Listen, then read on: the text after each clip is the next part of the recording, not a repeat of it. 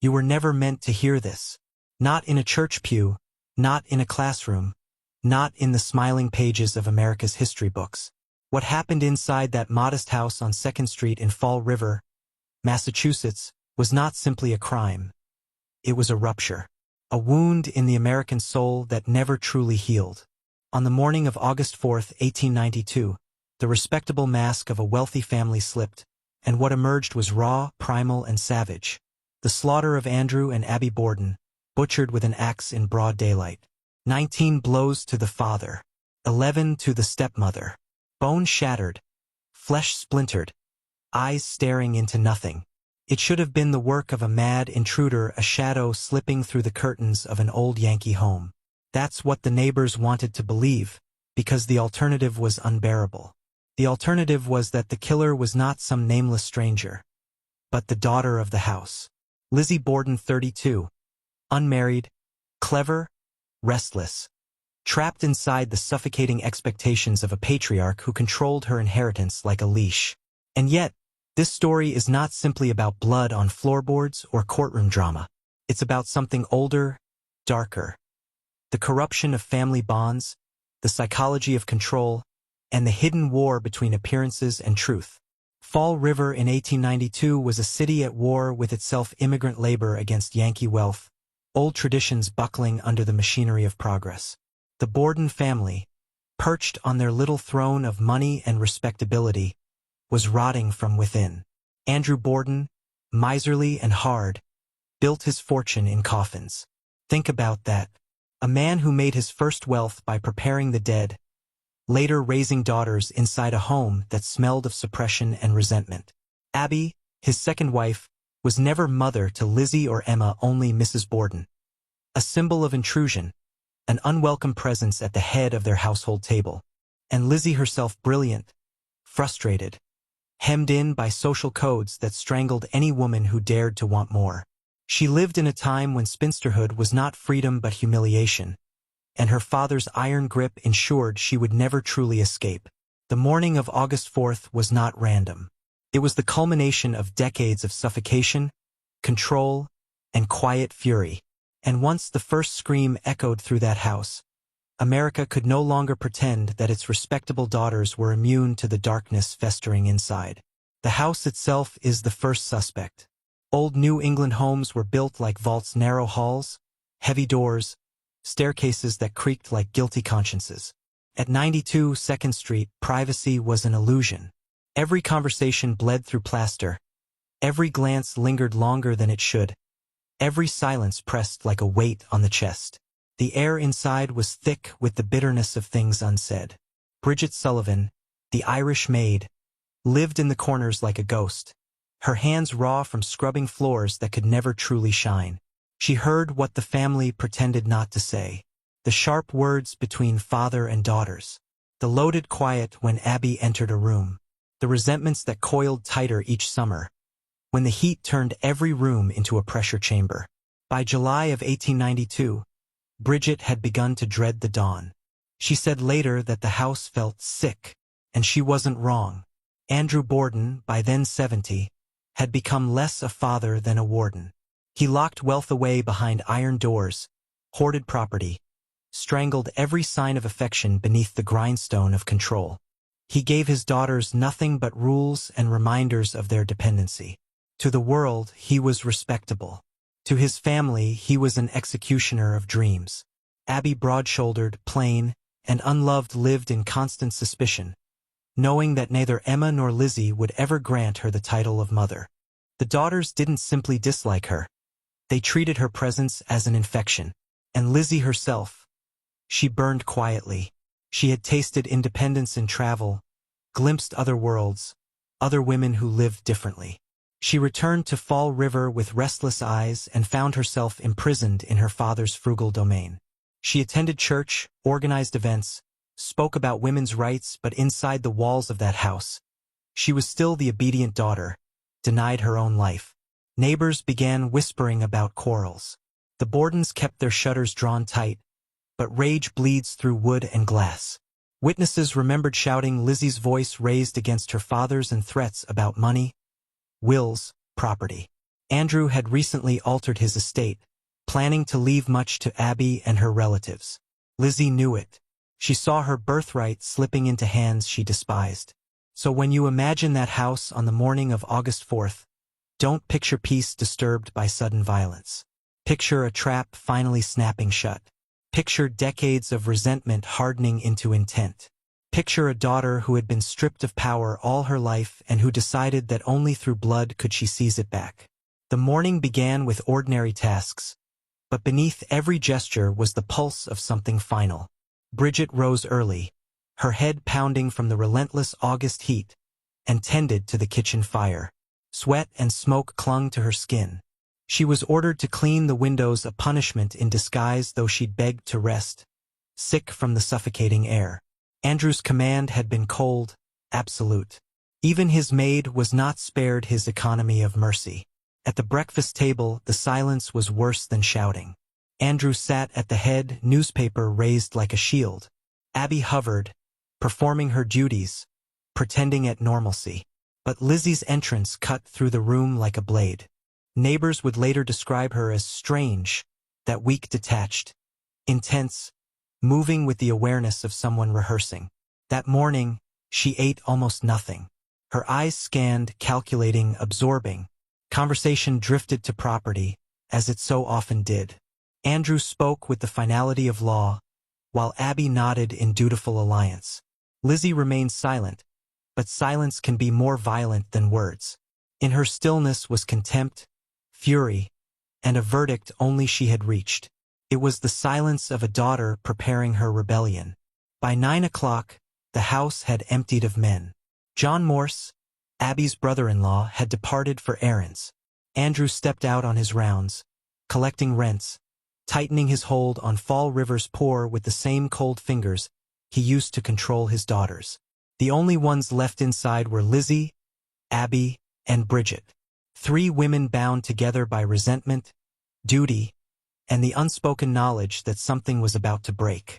When Bridget stepped outside to tackle the windows, she felt it, the thickness of the air, the strange weight pressing down on the house. She would later recall hearing a sound, a stifled cry, cut short. She tried to push it from her mind. Servants learned to ignore. But even she couldn't deny the unnatural hush that followed, as though the house itself was holding its breath. Inside, something had already begun. Upstairs, in the guest bedroom, Abby Borden was lured into stillness, whether by trust, surprise, or command. No one ever knew. What followed was not frenzy, but precision. 11 savage blows to the head, each one purposeful, each one erasing the stepmother the daughters had never accepted. Blood soaked into carpet fibers, spattering the wallpaper like a confession written in crimson. And in that moment, the inevitable became unstoppable. One body was down. The balance had tipped. There would have to be another. Andrew Borden returned home just before 11 o'clock. The August sun had baked the streets into glare, and even the air seemed sharp with dust. He climbed the steps to his front door with the tired precision of a man certain of his routine, certain that the walls of his house were shields against the chaos outside. He did not know that his wife's body already lay cooling upstairs, the iron tang of blood seeping into the air like a secret no one dared speak. The front door jammed, as it often did, and Andrew cursed under his breath while Bridget struggled with the lock from the other side. Later, she would testify that she heard Lizzie laugh at his frustration, a small, sharp laugh, too brittle, too deliberate. It was the sound of someone who already knew how this scene would end. Inside, Andrew settled into his ritual. He set his hat down. He stretched out on the parlor sofa, his long frame folding into the cushions with the exhaustion of age. He loosened his boots. The newspaper rustled in his hands, a screen against a world he controlled with money and intimidation. To him, it was just another late morning. To Lizzie, it was the opening she had been waiting for. Bridget, still faint from heat and chores, was dismissed to her attic room to rest. Her absence was not chance. It was arrangement. The house emptied once again, stripped down to 2, father and daughter. Imagine it. The silence pressing like a weight. The ticking of a clock somewhere in the hall. Lizzie standing in the doorway, watching the man who had ruled her life with iron will and locked coffers. To him, she was still a child. To herself, she was a prisoner, but in that moment, she also became executioner. 19 times the axe rose and fell. 19 times bones split and blood sprayed across walls and upholstery. His face was obliterated, his features gone, his authority ended in ruin. Neighbors would later describe the body as unrecognizable. Even his iron grip on his family could not withstand the sheer, relentless determination of a daughter's rebellion. When it was over, the house fell into a silence so deep it almost rang. Upstairs, Abby's body waited. Downstairs, Andrew's corpse bled into the sofa. 2 pillars of authority, toppled in less than an hour. And in the center of it all stood Lizzie, untouched, unstained, composed. The most notorious daughter in American history. The first scream did not come from Lizzie. Came from Bridget. She had only just collapsed onto her narrow attic bed, grateful for a stolen moment of rest, when Lizzie's voice cut through the still air. "Maggie, come down quick. Father's dead. Somebody's come in and killed him." Bridget stumbled down the stairs, her stomach twisting. In the sitting room, the sight was so grotesque that her breath left her body. Andrew Borden was no longer a man, he was a ruin. His face had been reduced to pulp, his eye hanging grotesquely from its socket. His head cleaved so many times that even seasoned policemen would later recoil. The respectable patriarch of Fall River had been unmade in his own home. Lizzie stood nearby, perfectly composed. No blood on her hands. No wildness in her voice. Only a strange mixture of urgency and detachment, repeating that someone must have broken in, someone must have done this. Bridget froze, not knowing whether to flee, to believe, or to doubt. She ran instead for help, summoning neighbors who poured into the yard like moths to flame. Within minutes, word spread down 2nd Street. Respectable ladies in long skirts whispered behind gloved hands, while men shook their heads in disbelief. That kind of violence didn't happen in their neighborhood, behind their neat white fences. It was chaos breaking through the veneer of order. The police arrived quickly, but their investigation began with hesitation.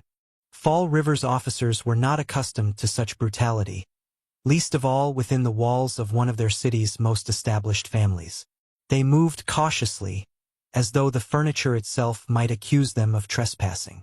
When they discovered Abby's body upstairs, hacked into silence hours earlier, the house transformed from crime scene to spectacle. 2 bodies, butchered. No signs of forced entry. No evidence of escape. And only one figure who had been present in every moment. Lizzie. Yet she showed no hysteria. No trembling. She spoke with clarity, insisting on intruders, speaking of shadows that had slipped in unseen. But the neighbors whispered among themselves. How could a killer come and go in daylight, unseen by anyone in the bustling street? How could Lizzie be so calm, so controlled, with her father's remains still warm in the room beside her? That day, the facade of the Borden family collapsed. Respectability was stripped away, revealing only horror, and beneath it, the possibility that America's most notorious murderess stood smiling in her stained house, untouched by suspicion she could not forever avoid. The murders were only the beginning. What followed was a spectacle unlike anything Fall River or America had ever seen. Within hours, the Borden home was swarming with officials, neighbors, and reporters, all eager to peer into the secrets of one of the city's most prominent families. But in the chaos of discovery, something far more insidious began: the shaping of narrative. Lizzie, who hours earlier may have stood with blood still drying on her father's clothes, did not behave like a woman undone. She presented herself as composed, almost strategic. She gave interviews freely, repeating her claim that an intruder had committed the crime.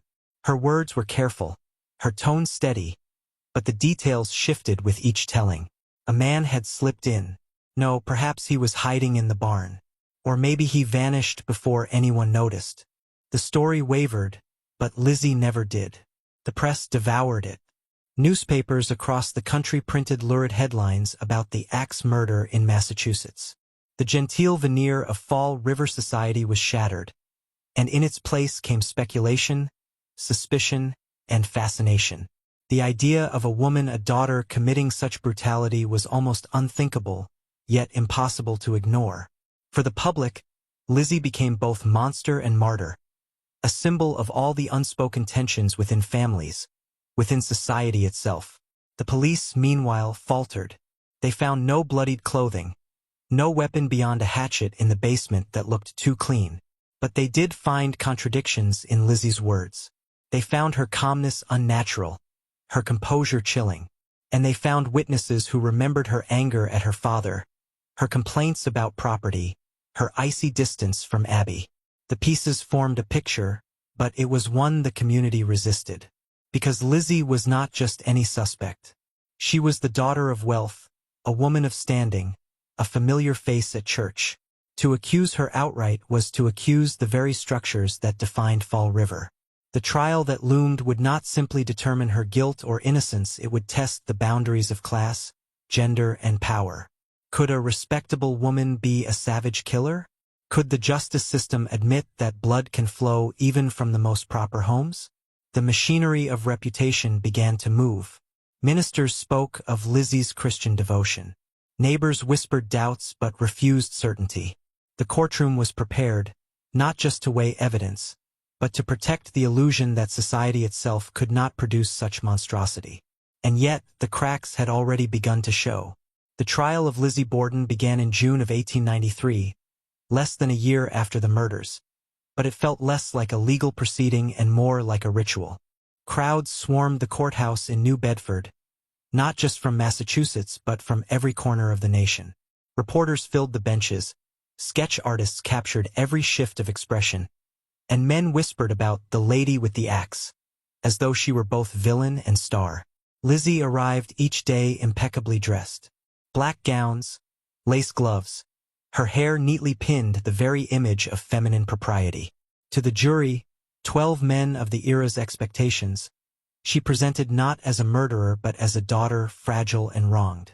Her composure was unbreakable. She fainted at the right moments, lowered her eyes with just enough humility, and let her defense attorneys sculpt her into an emblem of innocence. The prosecution, however, wielded brutal detail. They displayed skulls of Andrew and Abby in the courtroom, fractured and crushed, inviting the jury to look directly into the violence. They described the axe blows, the silence of the house, the absence of forced entry. They reminded everyone that Lizzie had attempted to purchase prussic acid poison only days before the murders. The implication was unmistakable. This was not accident, not intrusion, but design. Yet when Lizzie was called to speak, her contradictions resurfaced. One moment she claimed she had been in the barn during the killings, looking for lead to fix a sink. Another time she insisted she had been downstairs, heard nothing, saw nothing. Her accounts shifted like sand. But the jurors, men raised to see women as fragile creatures, could not reconcile the image before them, a quiet, respectable church-going spinster with the savagery of 19 axe blows. Outside the courtroom, the press transformed her into myth. Some painted her as a she-devil, whispering of madness and rebellion against patriarchal control. Others portrayed her as a tragic victim of suspicion, her life ruined by the misfortune of proximity. Each headline fed the frenzy. Each sketch etched her deeper into the American imagination. But beneath the performance, the cracks widened. The evidence was thin. The axe head lacked a handle.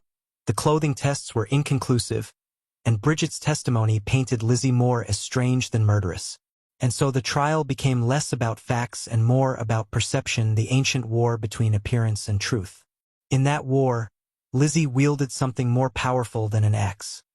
She wielded the very blindness of society itself. When the verdict finally came on June 20, 1893, the courtroom did not breathe. 12 men had spent an hour deliberating over whether Lizzie Borden, the quiet, church-going daughter, had butchered her father and stepmother with an axe. The silence was electric, heavy with the weight of blood and the theater of reputation. Not guilty. The words landed like a stone thrown into deep water, ripples spreading instantly across the room, the town, the nation. Lizzie sagged in relief, her composure finally breaking as she clung to her sister Emma. Spectators gasped, some wept, Others muttered in disbelief. And outside, crowds erupted, half in celebration, half in outrage. The press carried the headline in bold letters across the country. The lady is free. But understand this, the verdict was not an exoneration of fact. It was an exoneration of image. The jury could not reconcile the savage brutality of the murders with the soft outlines of Lizzie's femininity. To them, it was impossible, unthinkable, that a proper Yankee woman could lift an axe again and again, carving her father's skull into fragments. The brutality contradicted their belief system, and so their belief system won. They acquitted her not because of evidence, but because of blindness. That blindness reveals something deeper about power. Lizzie was shielded not by innocence, but by the structures of her society. Class, gender, respectability, these were her armor. Had she been an immigrant, a servant, or a man, the gallows would have awaited. But Lizzie was untouchable because to condemn her would have meant condemning the illusion that respectable families were safe, that women were incapable of such monstrosity, that the old order still stood unshaken. In truth, the trial did not free Lizzie. It unshackled the myth. From that moment, her name became a ghost that stalked the American psyche. Lizzie Borden was no longer just a daughter, she was an archetype, a symbol of rebellion hidden beneath domestic lace.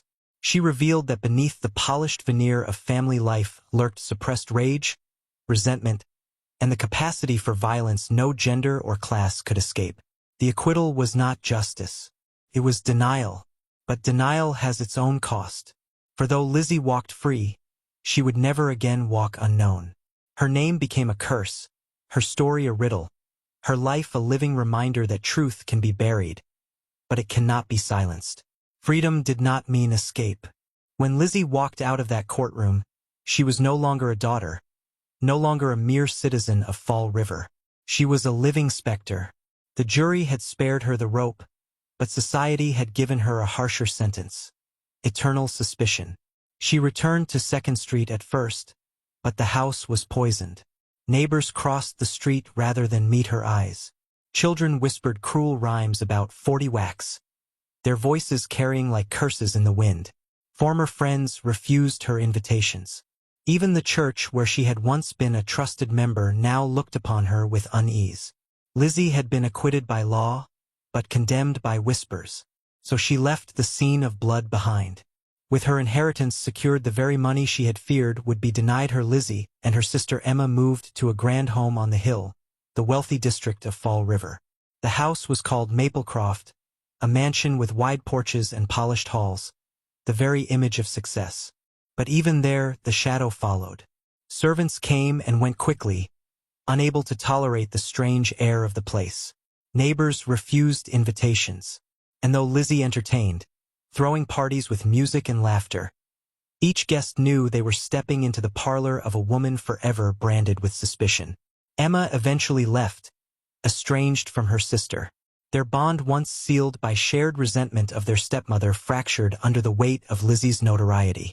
Alone, Lizzie grew more eccentric, more isolated, living surrounded by silence and whispers that refused to die. She was wealthy now, yes. Independent, yes. But every freedom she had won was stained. Because Lizzie Borden had become something more than a woman. She had become a legend, a living ghost in the flesh, a figure invoked at parlors and pubs, in newspapers and courtrooms. Parents warned their children with her name. Teachers whispered her tale as a moral lesson, and writers from pulp journalists to poets etched her into the fabric of American folklore.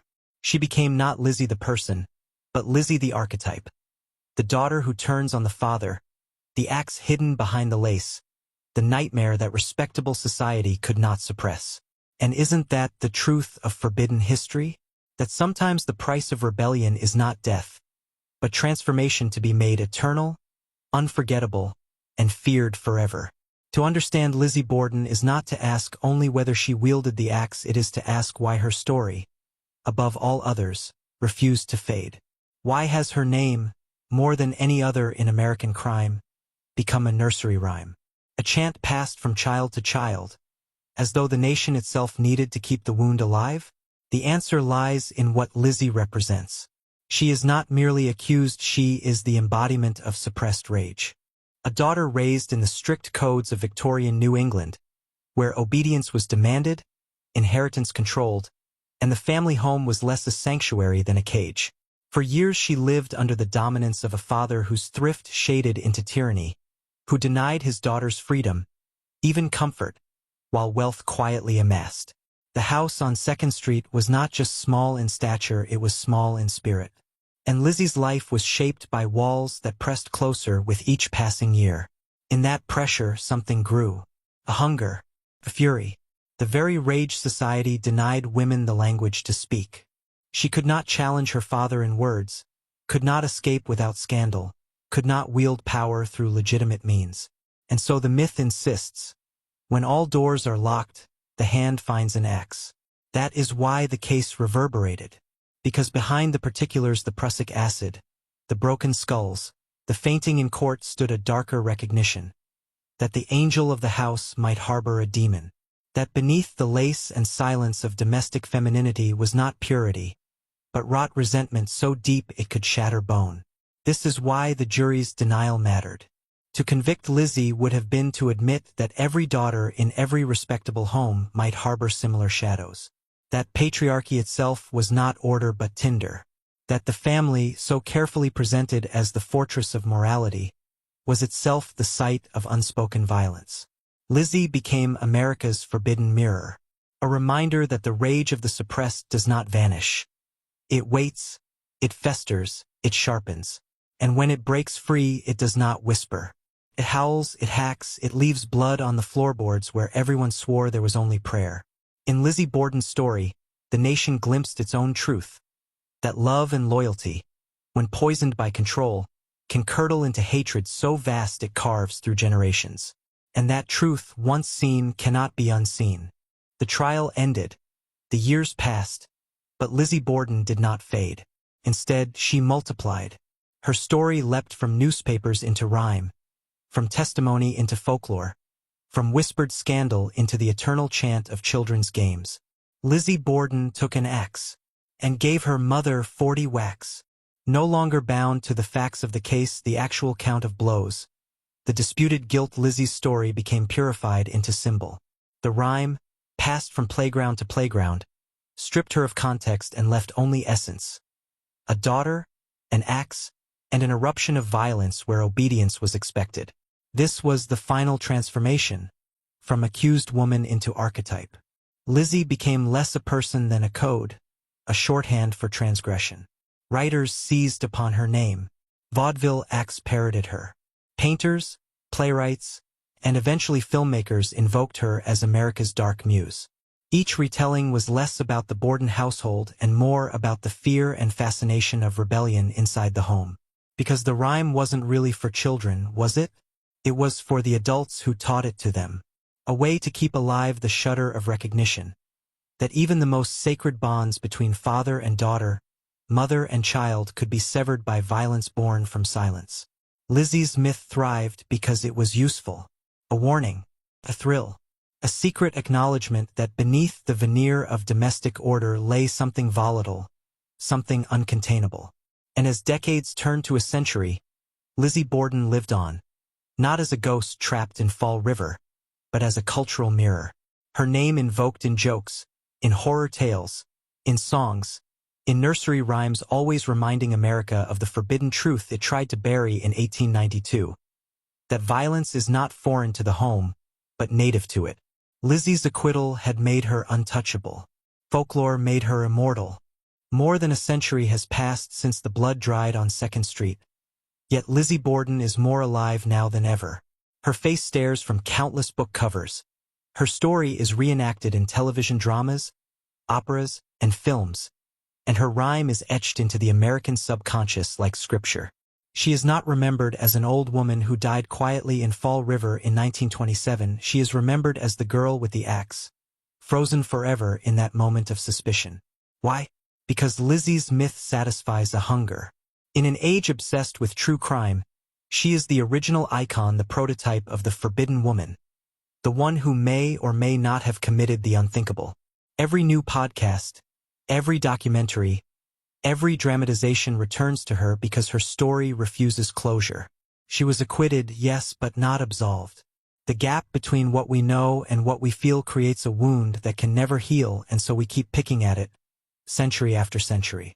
Her endurance also speaks to a deeper current, the fascination with female rage.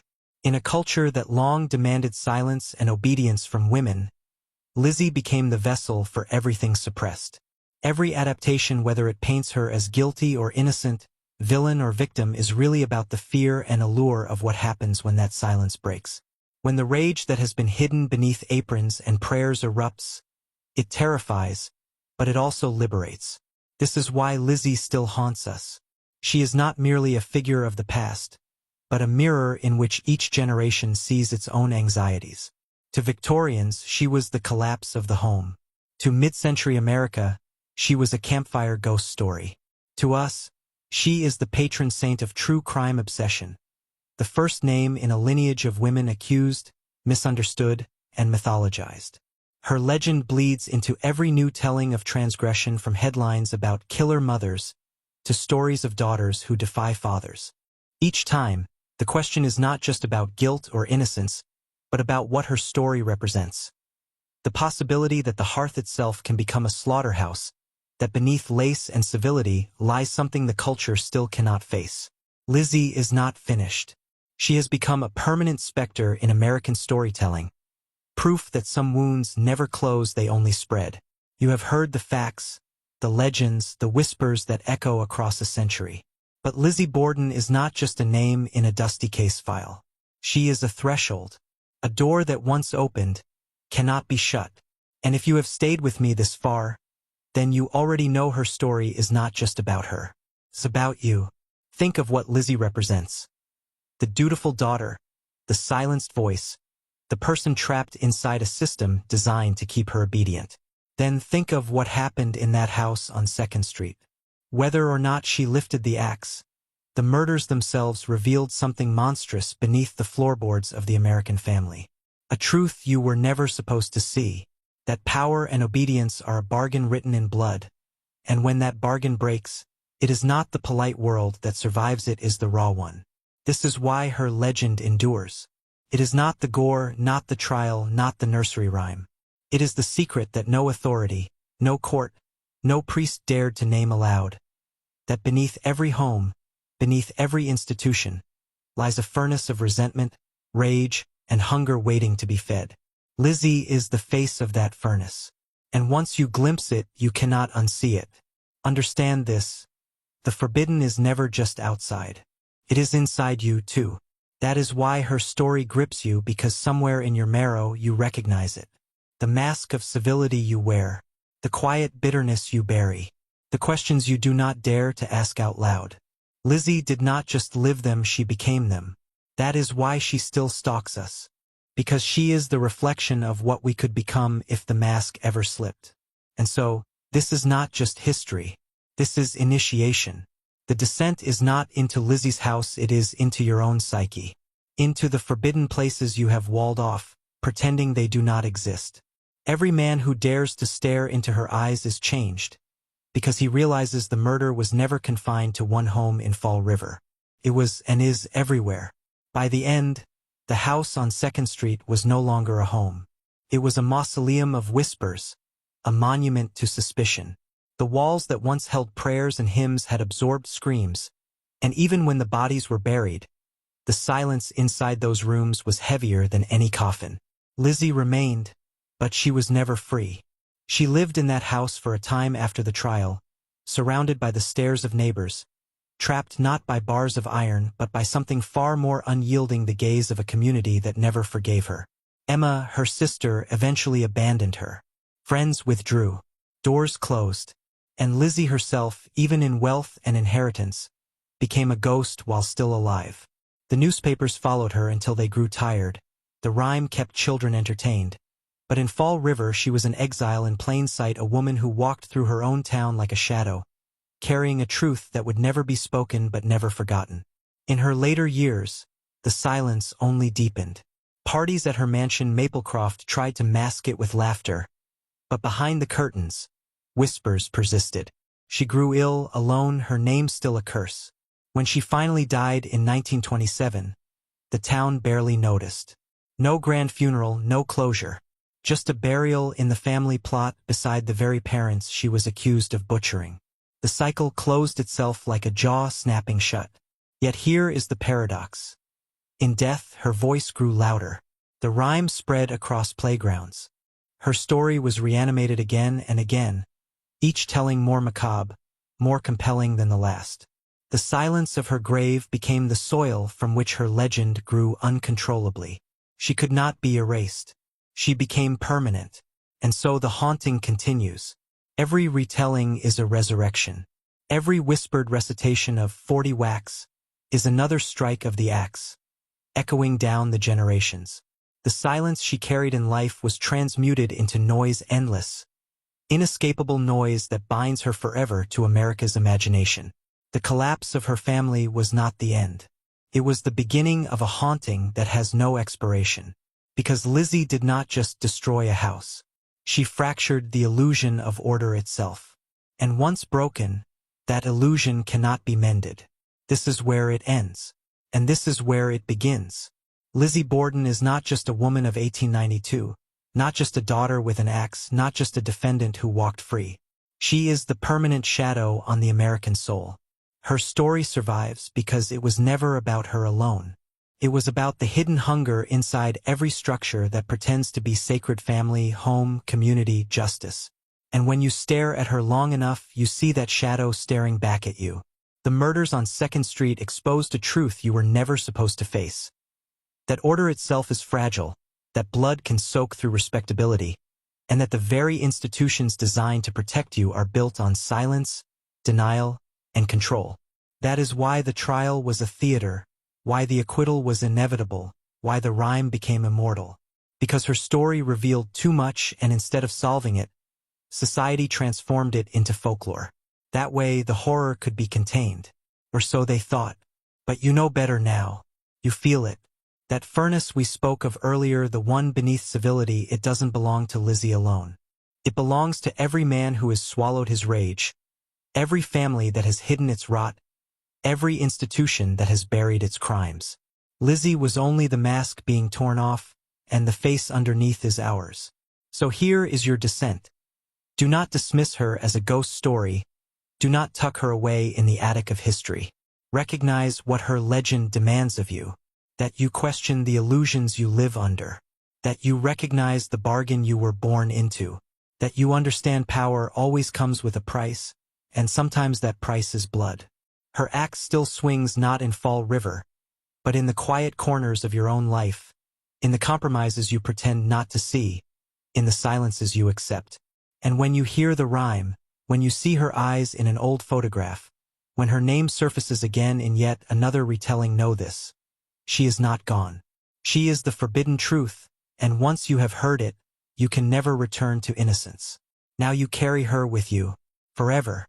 Now it's your turn to step into the shadow. If you've made it this far, you're not just a viewer, you're part of this descent. I want you to comment, "The axe still swings," twice below. Not once, twice. Because once you write it, you mark yourself. Twice, and you claim it. That is how the algorithm knows you are awake, and how you prove to yourself that you're not just another tourist in the dark, you're initiated. Subscribe now, because the descent does not end here. Each week, I pull back another layer, another truth that was never meant for you. And if you've already felt the chill tonight, imagine what's waiting when you step deeper.